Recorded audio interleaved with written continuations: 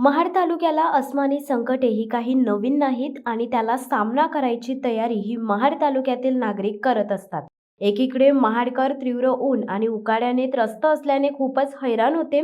पण दिनांक 14 मे 2024 रोजी सकाळपासूनच भयंकर गरमी होत होती आणि अचानक दुपारी 3 वाजता वादळी वारे चालू झाले आणि बघता बघता या अवकाळी वाऱ्यांनी आपले रौद्र रूप धारण करायला सुरुवात केली।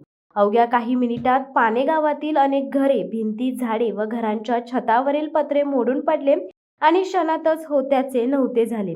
शिवाय सोसाट्याचा वारा आणि मुसळधार पाऊस सुरू झाला व बेसावध असलेल्या गावातील नागरिकांना खूप मोठ्या संकटाला सामोरे जावे लागले।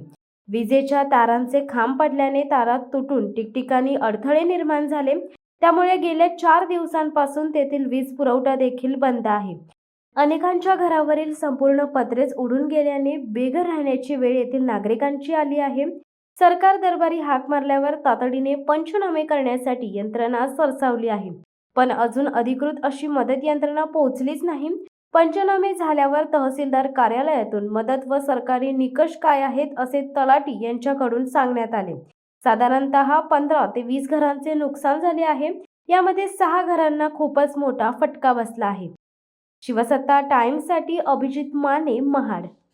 दे धडक बेधडक वृत्त देणाऱ्या आपल्या शिवसत्ता टाइम्स न्यूज चॅनलला लाल बटन दाबून सबस्क्राईब करा आणि बेल आयकॉनला क्लिक करायला विसरू नका।